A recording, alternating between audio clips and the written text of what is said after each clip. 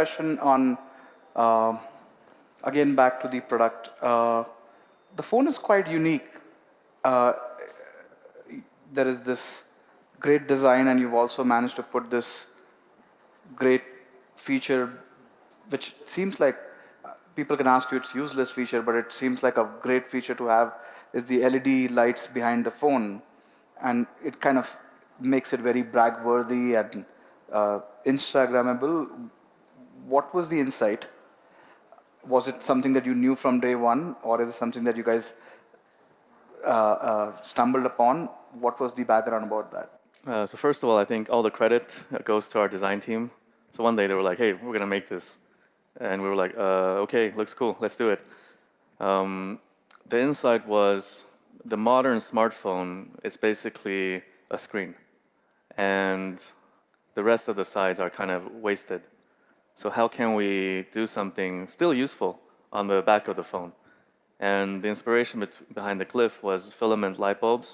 How can we use lights to start building some functionality, like the most commonly used functionality? That's where the idea came from. And then they tried to pitch that this was the Japanese or Chinese character for love, but that's bullshit because it doesn't that's not how you write love. Um, yeah, that's the backstory. I think I've also read comments that people think it's a little bit gimmicky. The way I think about it is, this is a brand new way of interacting with a smartphone. We had a lot of ideas, but we chose to only ship a few when the phone just came out. And over time, we will gradually add to it so to not overwhelm the user. So I think over time, as the functionality element gets better and better, there's more and more things you can do with it. The gimmick conversation will fade away. Like one of the things we're thinking about is, the bottom exclamation mark. It's actually quite a nice progress bar. Right now, it's a progress bar for your charging. So as you charge the phone, it kind of fills up. But it can be a progress bar for a lot of other things, like your Uber. When your Uber is arriving, it just fills up, so you don't have to always turn on the screen. That's pretty interesting. Uh, should vanity for the sake of vanity exist in a product? Or should you If you wanted always to, have a utilitarian justification for a vanity feature? if you want it to just be for vanity, I respect that, but that's not what we do here. We really believe in functional design, so everything needs to fill a function. Even if it looks cool, there needs to be a functional element to it. So on the ear one, there's a dip or a dimple on the case. Sure, it's cool, you can use it as a fidget spinner, but actually the functional element is that it holds the two headphones down to create a more stable connection between the earbud and the pogo pin. On the phone one, okay, the glyph looks really cool, but as I said earlier, we're building more and more functionality behind it. Some brands can focus on ornament. That's not what we do. Tell us about the two of the biggest crises that you've dealt with. You were the whole company was pretty much born during COVID, right? Yeah. Is that a true statement? Mostly, It's right? true. Yeah, Most yeah, of yeah. the journey has been during COVID. So I'm assuming that that factor would have already kind of played out. But what are some two of the scariest or the biggest things that you guys dealt with? I think one was having a really hard time raising a round. Um, the previous round. So we announced the round in February. We signed the term sheet in December. We started raising in October. I thought it would be a 2-week process, but it wasn't. Speaking to we spoke to maybe 50 different investors. Every day speak to like 3 to 4 investors. Every day get questioned on everything like, why would this work?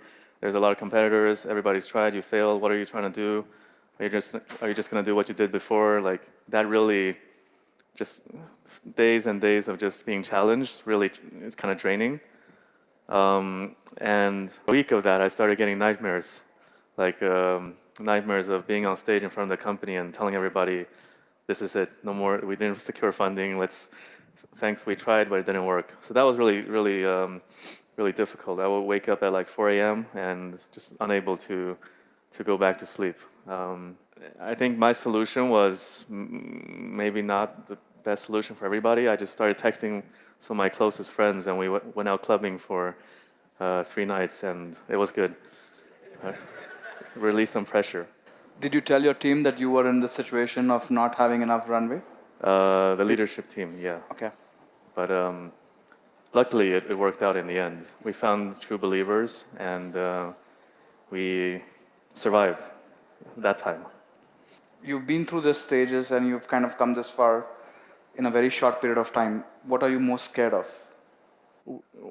Every product we build has to be a hit. That's how it is in our industry. So I think the Phone 1 has gotten a tremendous amount of buzz all over the world. We were at Flipkart earlier today and broke a lot of their records as well. Like got 10 million notify me's, Wow. more than double the amount that they've ever got before. Tons of search, and it's great. But the real test is the first couple of weeks when you first ship the product and people start receiving it. When you have like hundreds of thousands of people using it, do they love the product? If they love the product, they're going to tell their friends about it, and then, we're safe. But now we're in this kind of middle period. A lot of people are excited. A lot of people have bought it, but a lot of phones are still on the way to the customer. So that's what's making me nervous. So internally within the company, we're collecting a lot of feedback, especially on the software. Keep pushing updates to improve the chances that when people in large quantities start activating the product, it will be something they really love. Uh, India is a big focus market. What is the difference between Indian consumers and the consumers outside India? Like, what are the unique traits of Indian consumers, especially when it comes to buying hardware? And you can talk about not just your nothing experience, but also your OnePlus experience. Like, what are the insights that are counterintuitive? Do you know? Counterintuitive. Counterintuitive. Uh, I think people here are very tech savvy, so they really look at the value of a product. In some markets, like Indonesia, I think they only look at the price of a product. They don't really know what's inside, so you can sell a really high margin product as long as it's a cheap product. But here, people are very savvy. They know all the details about all the components that go in and how much it should cost. And this is still a good deal because maybe your CPU is a bit worse, but your camera is a bit better. So I think I think that's maybe why some of our messaging has worked really well here. And we try and build a really balanced experience, not necessarily to have the highest CPU, but to also have great camera, great build quality, the total package, really smooth software experience.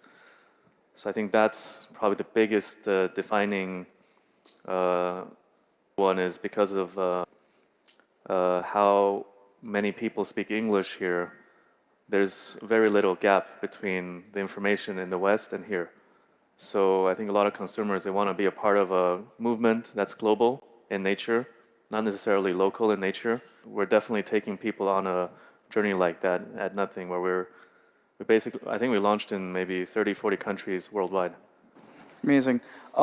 It's a new brand, and people have not tried this brand before. The phone is not necessarily a cheap phone. It's in the, I would say, in a premium category, if one has to put it. How did you guys create the right kind of market environment to have this 10 million notify me? It doesn't make any sense. What happened? What happened? Or tell us the craft. I think if you look at the market, there's a lot of competition, theoretically. There's all these analysts, they create these lists. This brand has 20% market share, this brand has 15%. And every quarter it moves up a little bit or moves down a little bit. But I think in practical terms, there's not a lot of competition. Because apart from Apple, all the other brands with all the percentages, they don't really exist in people's minds. Because they're all the same. The products are the same, the brands don't stand for anything. They stand for, this is the processor I'm putting into the phone, this is the camera from Sony, this is the whatever. So if we were to put all these kind of other Android products on the market here on the table, and maybe the audience here is more tech savvy, if we brought a regular consumer in, if we put a tape to hide the logos for them to identify what's what. So from that perspective, I don't think there's a lot of competition.